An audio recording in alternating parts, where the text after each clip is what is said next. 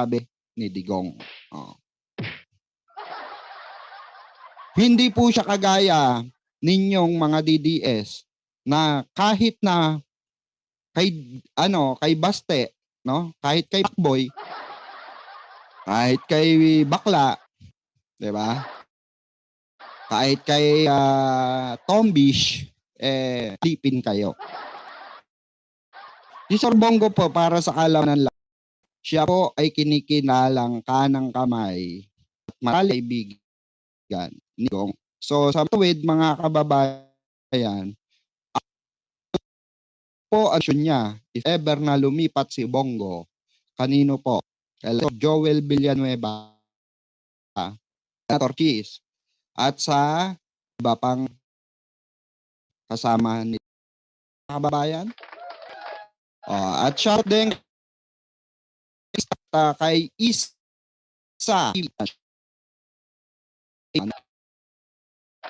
It's Win Gatchal. Salamat po, salamat. Miss Tamuran is in the house. Ayan. Shout out, Mura. Shout out po, no? I meet you. Diba mga kabayan, nararapat lamang po na ito ay mangyari dahil po hindi dapat matenga itong mga ano na ito.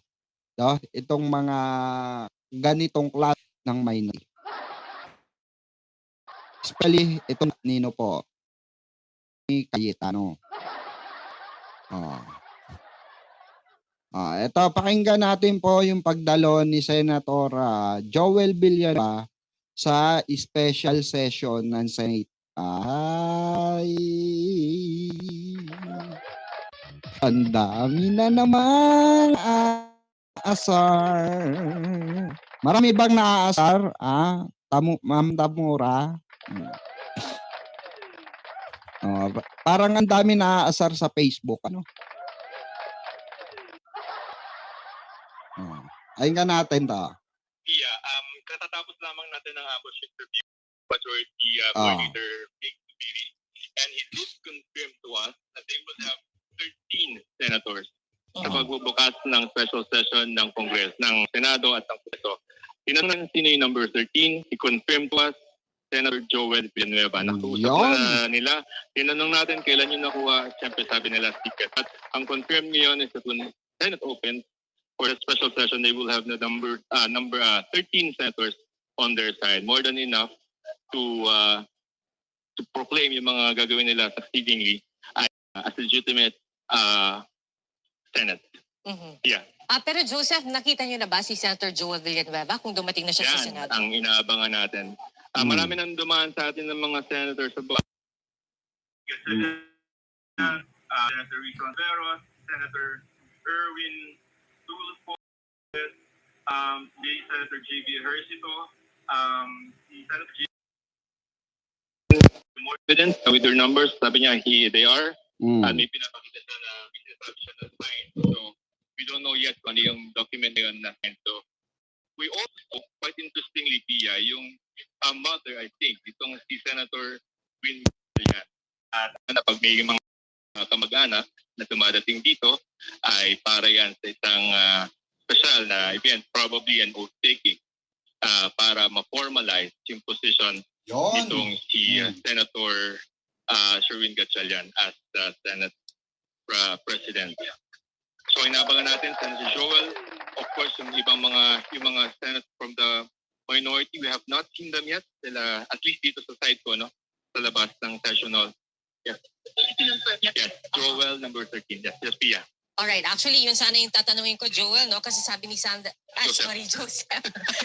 Si Senator Joel Villanueva kasi ang ating inaabangan. Pero kanina nga kasi natanong ko si Sandra kung meron na siyang nakita mga senators from the Cayetano block, pero wala pa raw pumapasok sa session. So, ikaw, Joseph, ikaw ay nakaabang sa labas ng session hall? Elevator. Sa elevator, before leading the elevator, paglabas sa session hall. So far, wala pa tayo mga minority senators yet. At nabanggit mo... Wala pa si Joel. Oo. Okay.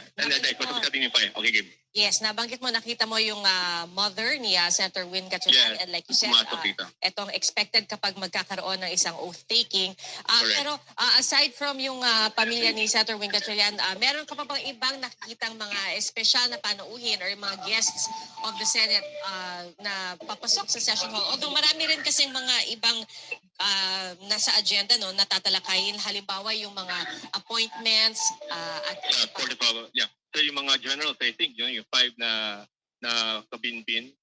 Wait, naman. Okay, wala. So I think yung mga schedule will be, yung sa appointment, kahapon pa yan, yung mga yung naka-pending na commission on appointment. But that's 2 o'clock sa commission on appointments, yung mga pending na work ng Senate. So, but today, let's see muna, ayusin muna siguro yung leadership, legalize if you want yung per lack of a better term, but they will have the numbers 13.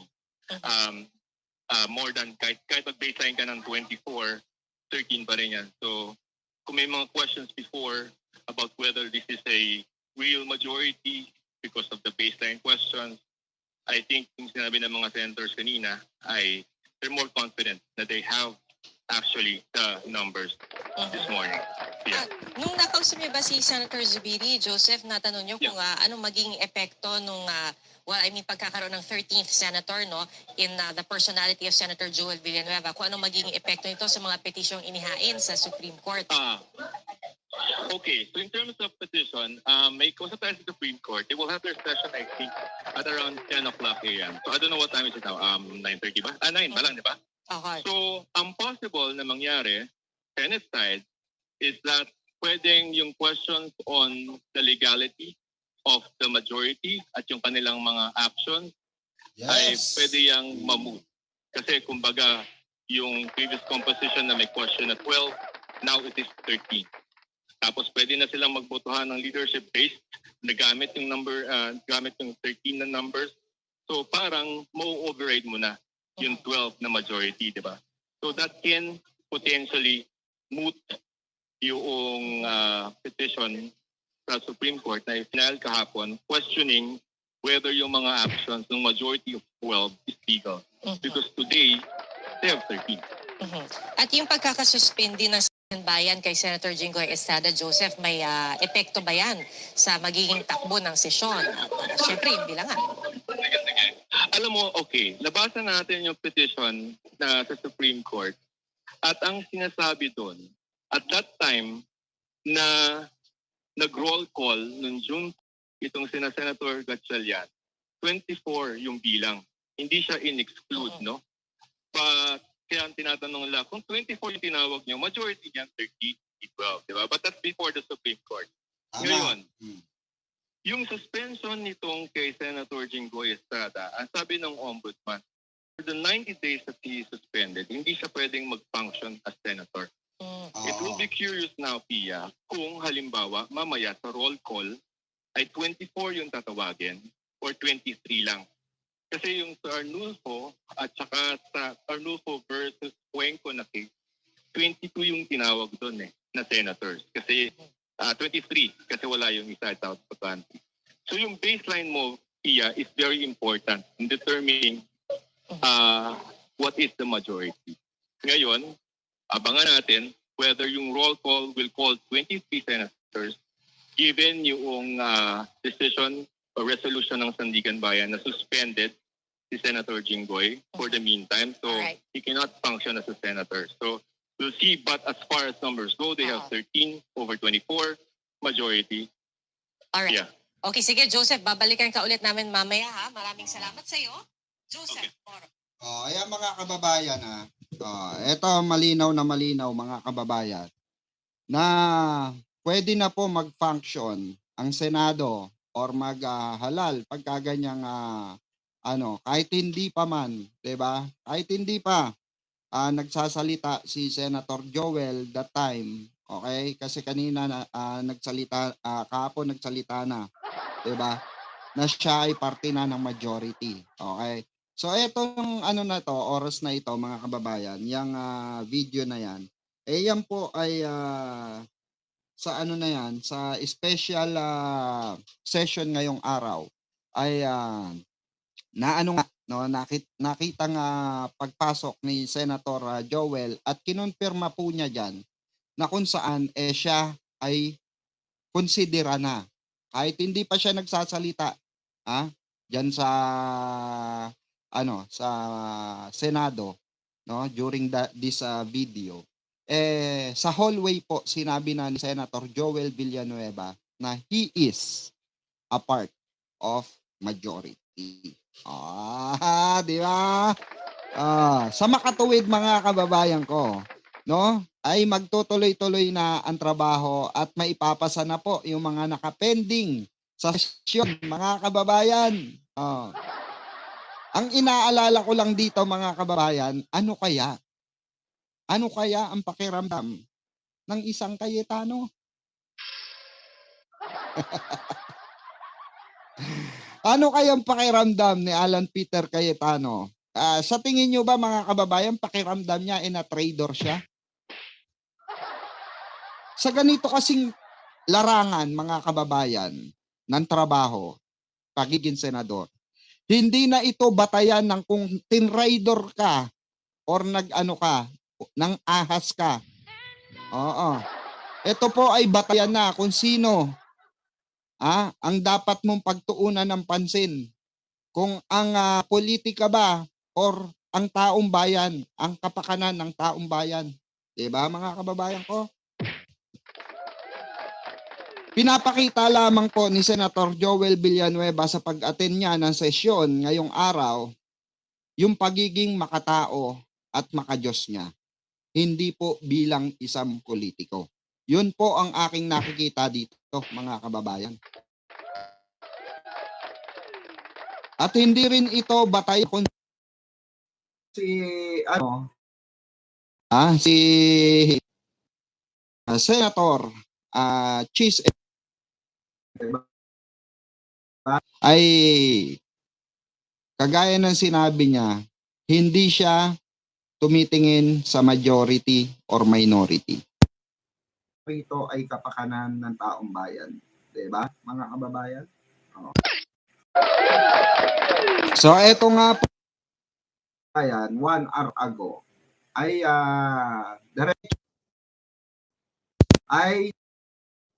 take na nga po si Senator Win Gatchalian bilang SP, mga kababayan ko. Pakinggan natin ito.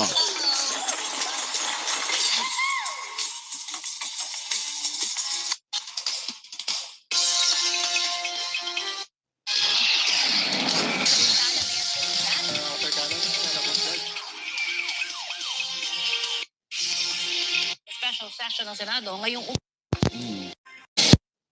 Senator Ferdinand is declared Senate President of the Republic of the Philippines. Yon. unanimous ang boto ng 13 senador na present sa session hall. Si dating Senate President Tito Soto naman ang iniluklok na Senate President pro tempore. Si Senador Juan Miguel Zubiri ang majority leader. Nag-nominate na rin ng mga miyembro ng iba't ibang Senate committees kabilang ang makapangyarihang Blue Ribbon Committee na nag-iimbestiga sa flood control projects. Wala sa sesyon ngayong umaga ang mga miyembro ng Cayetano Block. Ongoing pa ang special session ng Senado at Kamara. Iniutos ni Pangulong Bongbong Marcos ang special session para maipasa ang ilang priority bills. Yon. Bago ang special session, naglabas ng pahayag si Senador Alan Peter Cayetano at sinabing hindi niya haharangin ang pagpili ng bagong Senate President. Ay kay Cayetano, lumabas sa pag-uusap nila ni Senador Joel Villanueva na may sapat na bilang na ang kanilang mga kasamahan para pumili ng bagong Senate President. Wala raw sama ng loob si Cayetano sa mga kasamahang tumawid sa kabilang grupo dahil anya sa pressure. Hindi raw nalulungkot si Cayetano dahil sa nawala niyang posisyon, kundi dahil papuntaan niya ang bansa sa kadiliman. Bago ang pahayag ni Cayetano ngayong umaga, nagpetisyon sa Korte Suprema kahapon si Cayetano at 8 niyang kaalyado na ibalik ang estado ng Senado bago ang sesyon noong June 3. Diba? Talagang mga kababayan, diba, sa paghain po ng appeal or pag-appeal ni Cayetano, nagpapakita pa rin ng bitterness. Hindi ba mga kababayan? nagpapakita pa rin po ng bitterness itong mga ito. Hindi matanggap na sila ay talunan. Yaan ang mahirap pag politiko ka. Pag hindi mo iniisip ang kapakanan ng taong bayan at puro kapangyarihan lamang. Imagine niyo mga kababayan, what if tumakbo sa mas mataas na posisyon at nanalo to si Cayetano? What if lang at nanalo? Do you think bababa pa yan? Ay hindi na po. Dahil meron nga siyang ganong klase ng pag-uugali eh. Oo, yung hindi makatanggap. Hindi po makatanggap ng pagkatalo. Well, since meron na tayong bagong SP sa Senado, no, Senator Win Gatchalian, congratulations po, Senator Win, pagpalaing ka nawa at nawa po ay maging matagumpay ang mga pagsampa at pagpasa ng mga bill, no, para sa taong bayan, sa sambayan ng Pilipino, mga kababayan ko.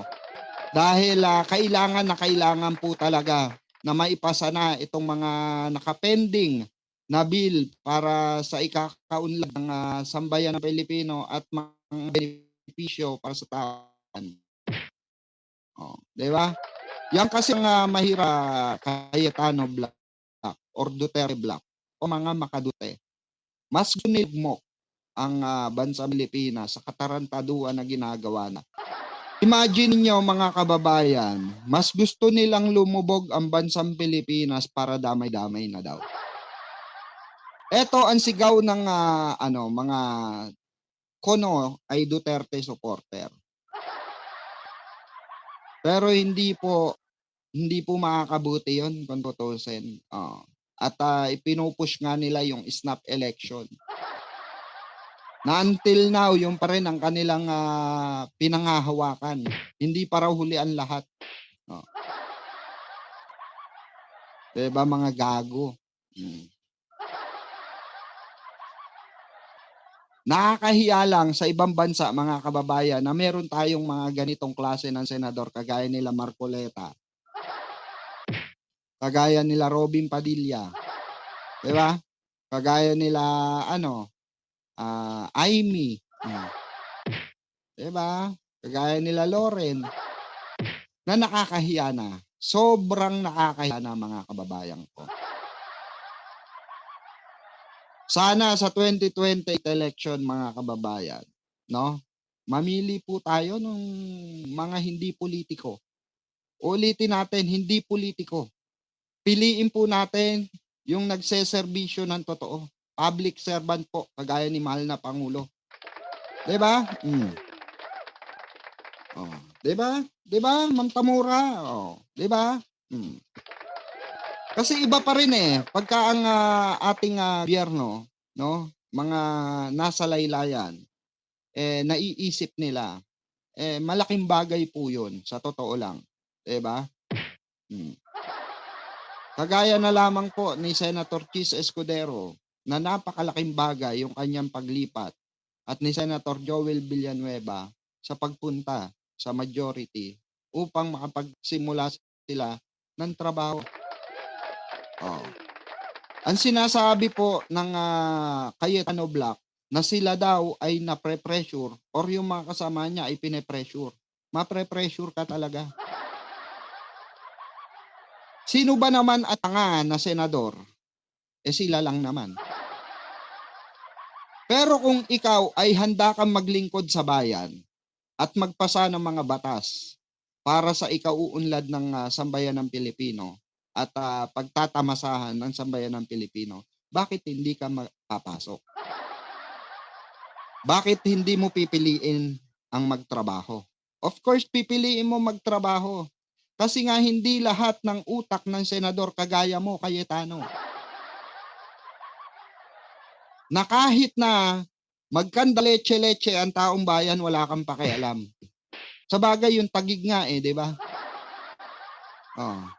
Yung tagig nga, tignan nyo ang asensado lang. Yun ninakaw nila sa sa Makati. Yung Port Bonifacio. Di ba?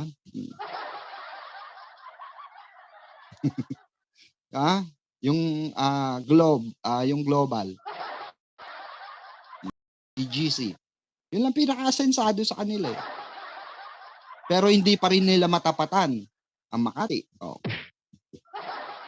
Kahit ang dami na nilang inagaw sa Makati. Diba mga kababayan ko? Kasi kung tutusin mga kababayan, kung public servant si Cayetano, sa distrito pa lang nila sa Taguig, okay, may nangyari na po. Kaso ang problema nga, wala. Diba? Kulelat.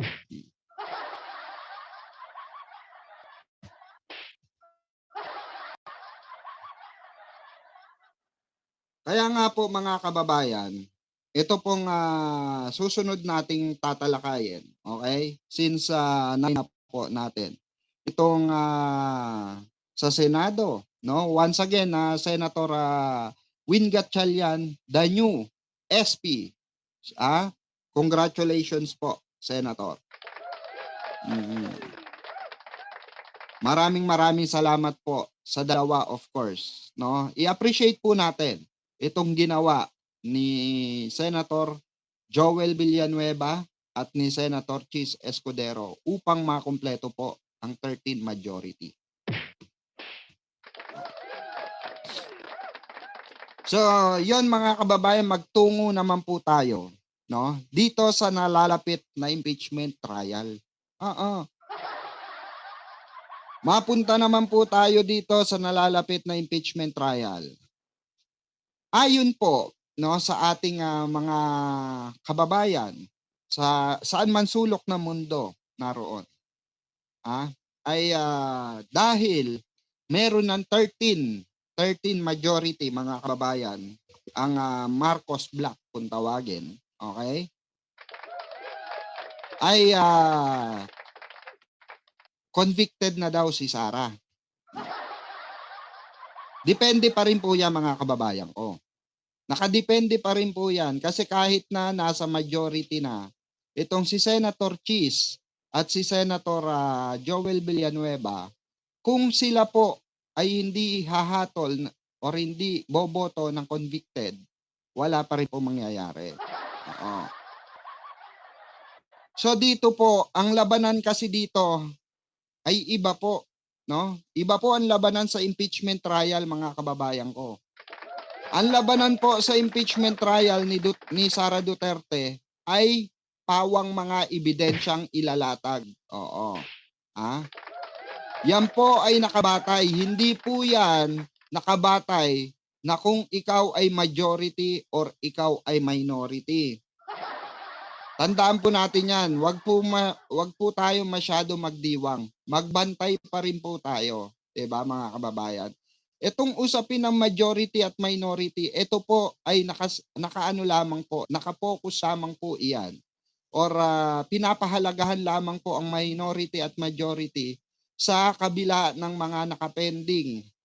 Nakapending na saligang batas mga kababayan. Ang mga batas na kailangang ipasa ng ating Senado. Yan. Ito pong usapin mga kababayan ko ng impeachment.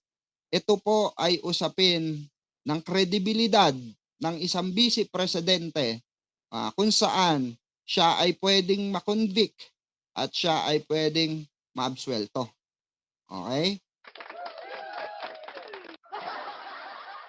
Pero ako mga naniniwala ako. Siyempre, kung tatanungin nyo ako, ikaw ba, Virador Pikwa? Ano ba sa tingin mo, mako-convict ba to? Ako po, kung pagbabatayan po natin ang ebidensya at hindi po politika. Kasi diyan napapasok ang politika eh. Diyan na po papasok ang political agenda ng bawat hurado. Hurado talaga eh, no?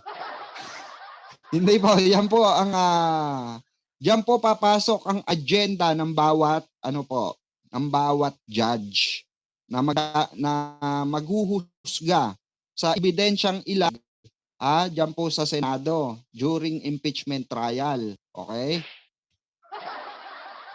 Kasi po nakita naman natin kagaya nung kay Corona noon. Chief Justice Corona. na na-convict si Corona dahil nga po, saan po?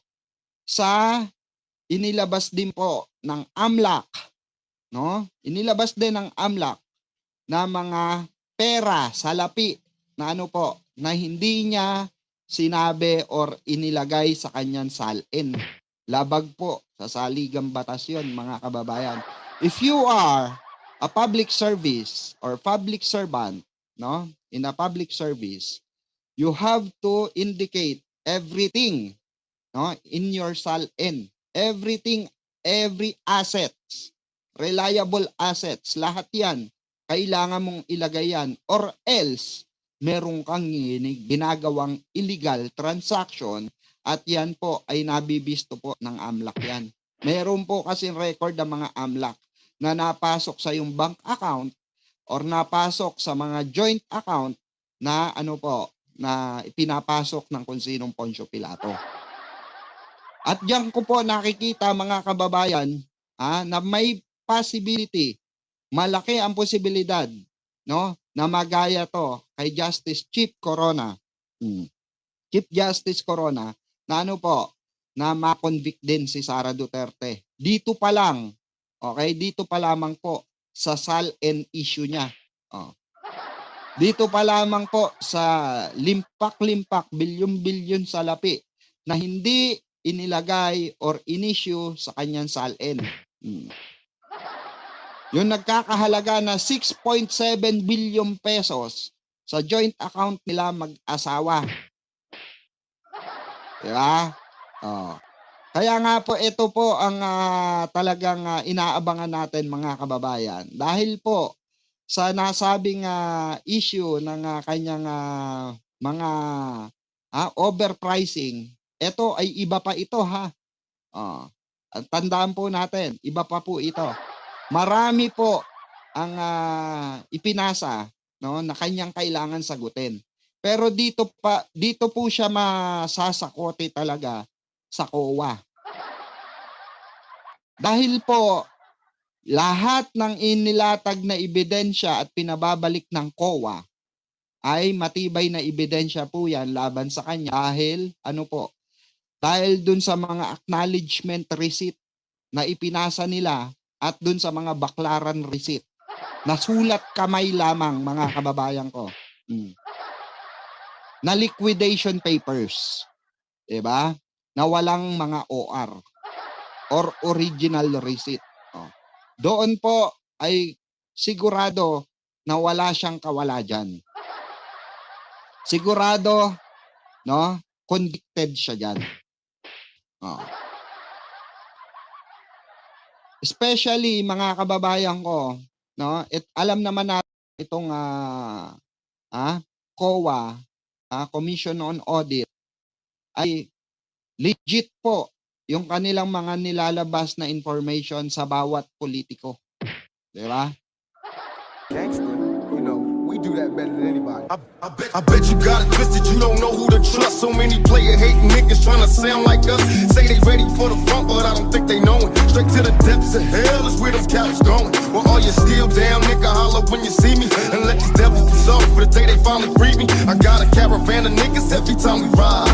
Hitting motherfuckers up when we pass by. Until I die, live the life of a boss player. Cause even when I'm high, fuck with me and get cross later. The